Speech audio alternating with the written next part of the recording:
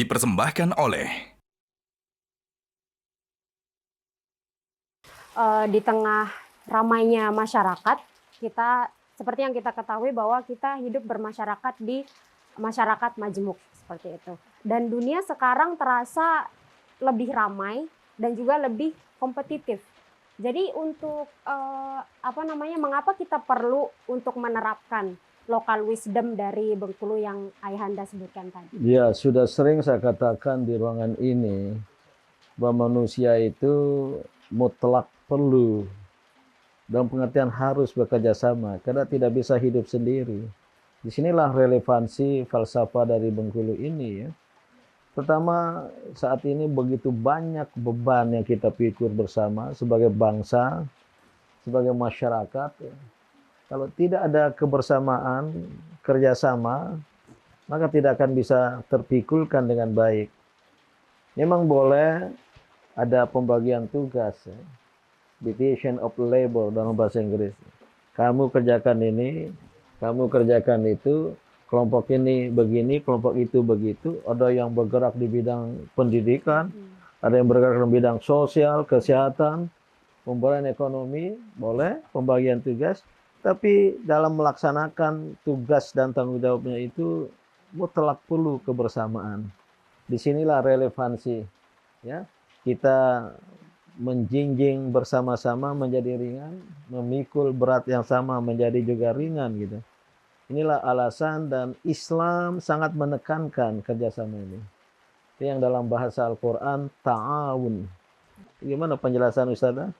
Jadi Islam menganjurkan bahwa kita itu harap bekerja sama, tolong menolong dalam hal kebaikan, tetapi tidak untuk dalam keburukan atau maksiat. Justru itu kita harus memerangi hal-hal maksiat itu, tidak untuk berkompromi. Nah, itu udah sepakat sekali dengan pepatah Bengkulu ini.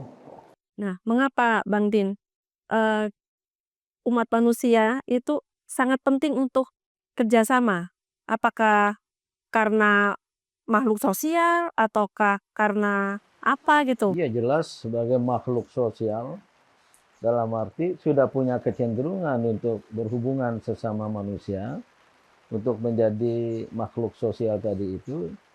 Tetapi tidak hanya karena punya kecenderungan itu yang diciptakan oleh Allah Subhanahu wa taala dalam psikologi, ilmu jiwa itu, di antara insting, naluri, kekuatan instinktif, kekuatan naluriah manusia yang menggerakkan dari dalam itu ada istilahnya associativeness instinct, yaitu insting untuk berasosiasi, asosiasi, berkumpul, berhubungan dan bekerja sama.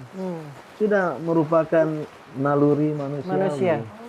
Kalau ada manusia yang tidak mau bekerja sama, dia kehilangan naluri kemanusiaan.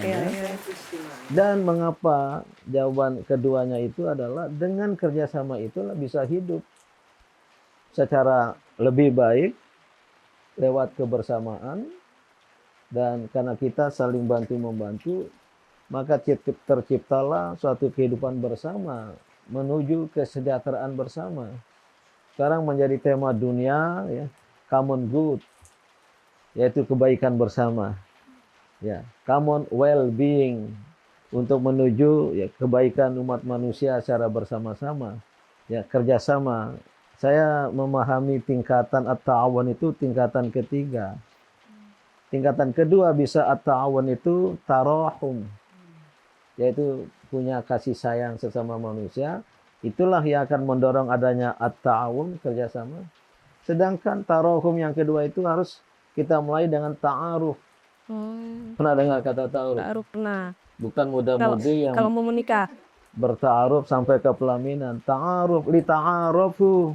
Allah menciptakan syu'uban wa qabaila li ta'arufu, menciptakan manusia berbangsa-bangsa, bersuku-suku bangsa.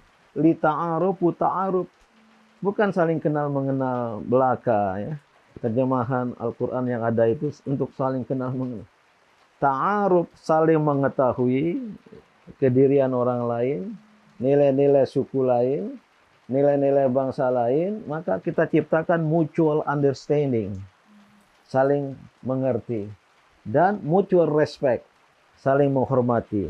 Itulah dimensi dari ta'aruf atas dasar tarohum, kasih sayang tadi, mendorong adanya ta'awun. At-ta'awun, pepatah Bengkulu ini sebenarnya mengangkat nilai-nilai at-ta'awun yang diperintahkan Al-Quran atas dasar kebenaran, kebaikan, dan ketakwaan. Jangan tolong-menolong atas dasar dosa dan pelanggaran.